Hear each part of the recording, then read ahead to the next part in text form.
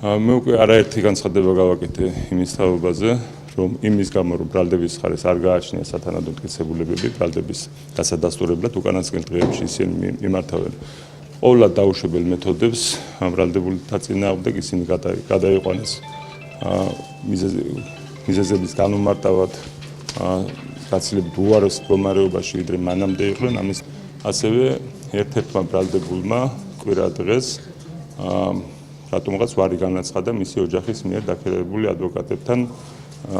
ადვოკატების მომსახურებას და ითხოვს ახაზინო ადვოკატის დანიშვნას. ეს გახლავთ მამუკა ივანიაძე ბრალდებული. ანუ ჩვენ ვფიქრობთ, რომ არასაპროცესო მოქმედებას აქვს ამ შემთხვევაში ადგილი გამომძიებელთან და პროკურორების მხრიდან, რაშიც ხელს უწყობს მათ ცხადია საპყრობილის ადმინისტრაცია და მიგოჩნია, რომ ეს არის ყოვლად დაუშვებელი.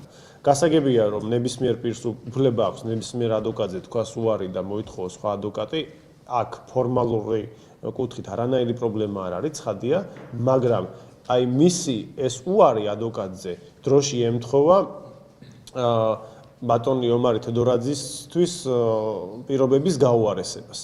ამასთან ცხადია ჩნდება კითხვა, რომ რატომ ამბობს ბატონი მამუკა ივანაიძე ცნობილ და კარგ ადვოკატზე უარს და ითხოვს ახაზინო ადვოკატს, ანუ გაურკვეველ ვითარებაში ჩაიგდო თავი და უარი თქვა კარგ ადვოკატზე, ანუ რატო უნდა გააკეთოს, რა უნდა ქონდეს ადამიანს ამის мотиваცია, ხო? ცხადია ჩნდება კითხვა.